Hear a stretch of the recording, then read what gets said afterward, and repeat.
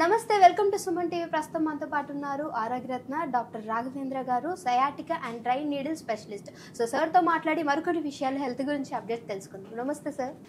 Sir, ఇప్పుడు చూసుకుంటే మనకి బ్యాక్ పెయిన్ కావచ్చు, లేదా అలానే నెక్ పెయిన్ కావచ్చు, ఇవి బాగా విపరీతంగా చూస్తున్నాం అందరిలో. అంటే ఇది వరకు 60s చూసేవాళ్ళం, బట్ ఇప్పుడు 20s కూడా స్టార్ట్ అయిపోయాయి. అసలు మనకి నెక్ పెయిన్ అనేది ఎందుకు స్టార్ట్ అవుతుంది అంటారు? నెక్ పెయిన్ అనేది చాలా కారణాలు ఉంటాయి.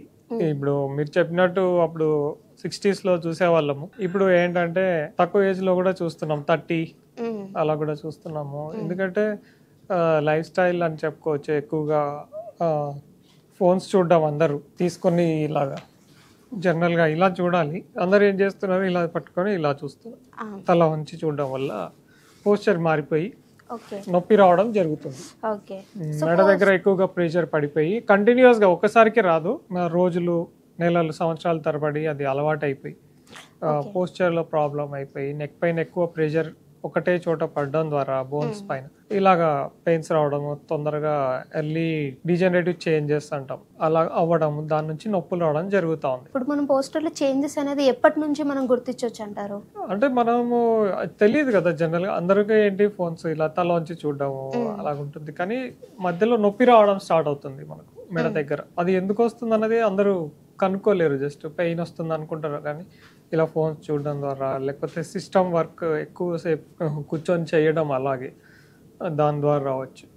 ఇంకొంతమందికి తలపైన బరువులు పెట్టుకొని మోసే ఆక్యుపేషన్, ఆ పనులు ఉన్న వాళ్ళకు మెడ నొప్పి రావచ్చు. ఆ తర్వాత వయసు పైబడిన తర్వాత మెడ దగ్గర ఉన్న ఎముకలు అరిగిపోవడం వల్ల రావచ్చు. సర్వైకల్ స్పాండిలోసిస్ అంటాం. ఇలాగా చాలా కారణాలు ఉంటాయి. సో ఇవి ఒకటే కారణాలు అంటారా? మనం తీసుకున్న ఆహారపు అలవాట్ల వల్ల కూడా ఏమైనా ప్రాబ్లమ్స్ రావచ్చు అంటారు? ఆహార అలవాట్లు అంటే అది కూడా ఒక కారణం అని చెప్పొచ్చు. దాని నుంచే మొత్తం వస్తుందని ఏం లేదు.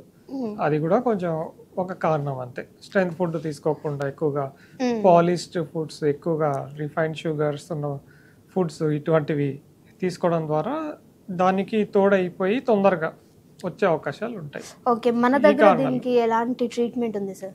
మన దగ్గర దీనికి జనరల్ గా మన ట్రీట్మెంట్ కాకుండా, అంటే ఇలాంటి ప్రాబ్లమ్స్ ఉన్నప్పుడు అందరూ ఏంటి టాబ్లెట్స్ వేసుకోవడం, ఆయింట్మెంట్స్ అంటించుకోవడం ఇలా చేస్తూ ఉంటారు.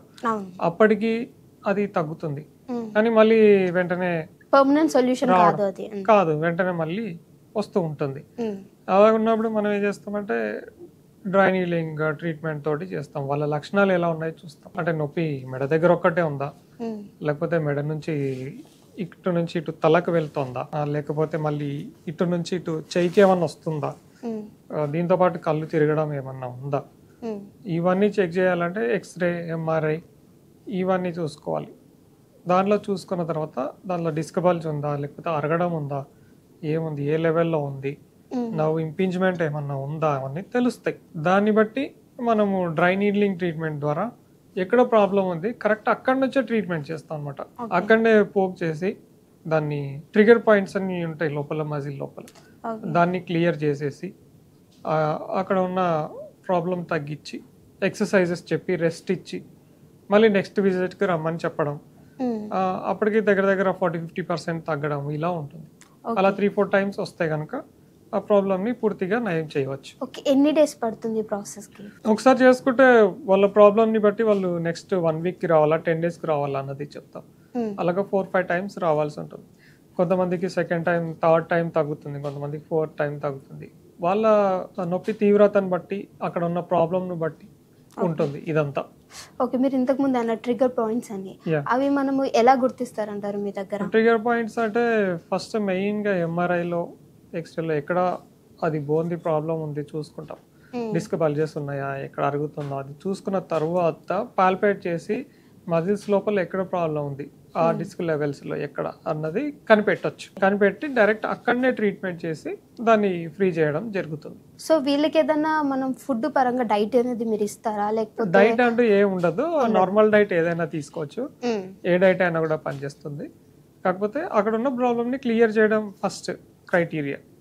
అలాగా దాన్ని క్లియర్ చేసి దాంతో పాటు కొంచెం రెస్ట్ తీసుకొని మా దగ్గర ఉన్న స్పెషలిస్ట్ ద్వారా కొద్ది రోజులు మందులు టాబ్లెట్స్ వాడడము, ఆ తర్వాత ఎక్సర్సైజెస్ చేయడం, ఇలా చేసుకుంటే డైట్ ఏదైనా తీసుకొని కూడా తగ్గించుకోవచ్చు. ఓకే సార్, సో మా వ్యూయర్స్ కి చక్కటి ఇన్ఫర్మేషన్ అందించినందుకు థ్యాంక్ యూ. వెల్కమ్. నా పేరు రవికుమార్, శ్రీకాకుళం నుండి మాది.